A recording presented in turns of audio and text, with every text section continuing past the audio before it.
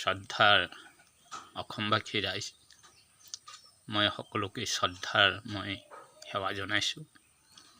কথা হ'ল যে সৰুৰ পৰা ডাঙৰ হ'লোঁ, বুদ্ধি জ্ঞান যেতিয়াৰ পৰা হ'ল, সদায় শুনিলোঁ যে হিন্দু বাংলাদেশী, মানে হিন্দু বেংগলী বাংলাদেশী।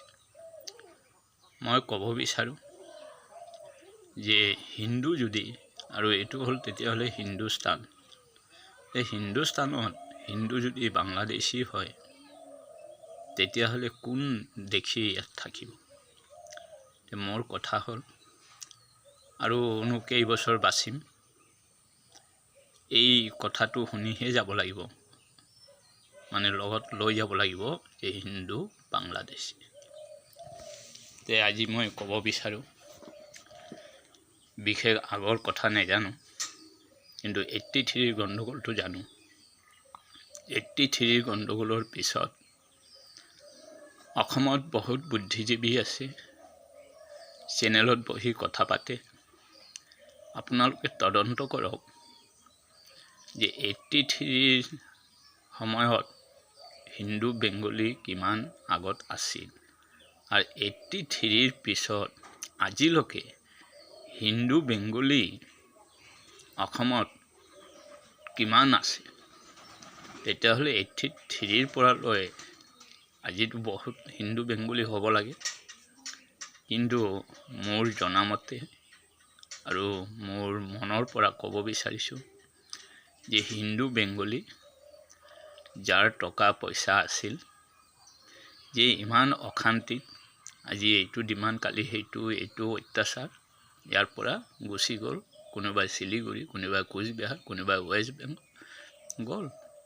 আৰু দুখীয়া যিটো আছে তেওঁতো যাব নোৱাৰে, তেওঁ এই অসমতে আছে, যে আমাৰ অসম মাতৃভূমি, আমি ইয়াতেই থাকিম।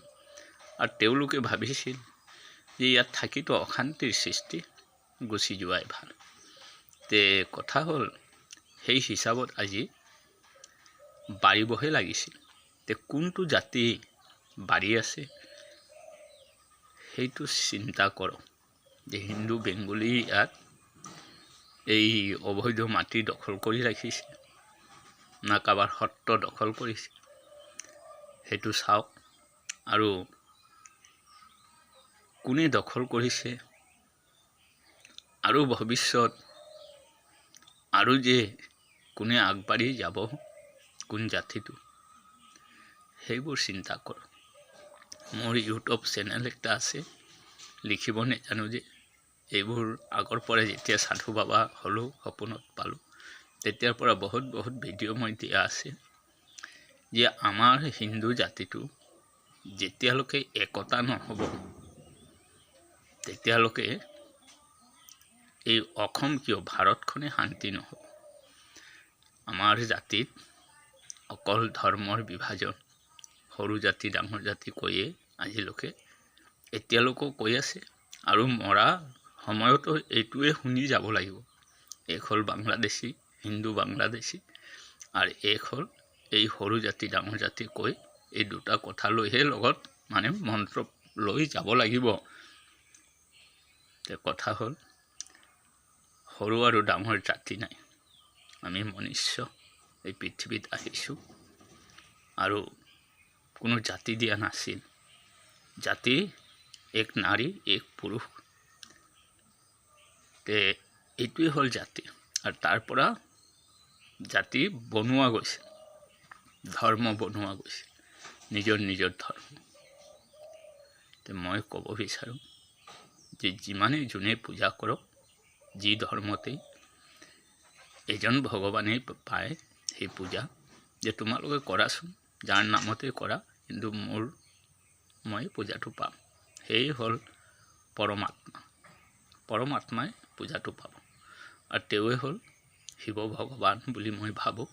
কিয় নিৰাকাৰ ভগৱান, তেওঁৰ কোনো আকাৰ নাই, জন্ম নাই, মৃত্যু নাই, আৰু তেওঁৱে যুগে যুগে অৱতাৰ এটা যুগত পঠাইছে যে তুমি যোৱা। তেওঁৰ জেগাত তেওঁ এতিয়াও আছে।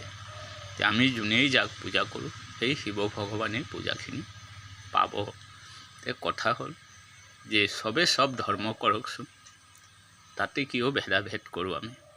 নিজৰ নিজৰ ভালপোৱা নিজৰ নিজৰ ধৰ্মক পূজা কৰিব আৰু আমি সকলোৱে শ্ৰদ্ধা কৰোঁ, কিন্তু এই সৰু আৰু ডাঙৰ জাতিটো বন্ধ কৰক।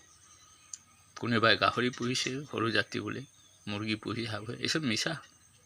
পেটৰ কাৰণে চব কৰ্মই কৰিব পৰা যায়। কিয় ভাতটো খাব লাগিব, আৰু যাৰ বুদ্ধি কম তেওঁলোকেতো এইবোৰ কৰে, আৰু যাৰ বুদ্ধি আছে, লিখা পঢ়া আছে, তেওঁ চাকৰি কৰিছে, ধন আছে, বিজনেছ কৰিছে। আমিতো দুখীয়া, তে দুখীয়াৰ কৰ্মহে কৰিব লাগিব। তে সেইবুলি আমাক নিন্দা নকৰিব।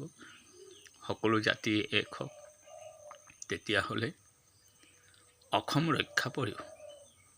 আৰু জাতি যদি ভেদাভেদ হৈ থাকে তেতিয়াহ'লে আমি দেখিব নাপাম, কিন্তু আমাৰ সেই ল'ৰা ছোৱালীৰ নাতিপুতিবোৰ দেখি পাব যে আমাক আজি ককা দেউতাই ক'ত থৈ গ'ল, আমাৰ বাবা মায়ে ক'ত থৈ গ'ল। সেইদিনা আহিব এদিন। মই সকলোৱে ৰাইজক মই শ্ৰদ্ধাৰ সেৱা জনাই এই ৰাতিপুৱা এইখিনি কথা ক'লোঁ। ঢেৰ কথা এনেকুৱা কোৱা আছে মোৰ ইউটিউবত, কিন্তু লিখা পৰা নাই, তেনেকুৱা লিখি দিব নোৱাৰোঁ। যি মুখেৰে কওঁ আৰু এনেকুৱাই ভিডিঅ' বনাই দিওঁ।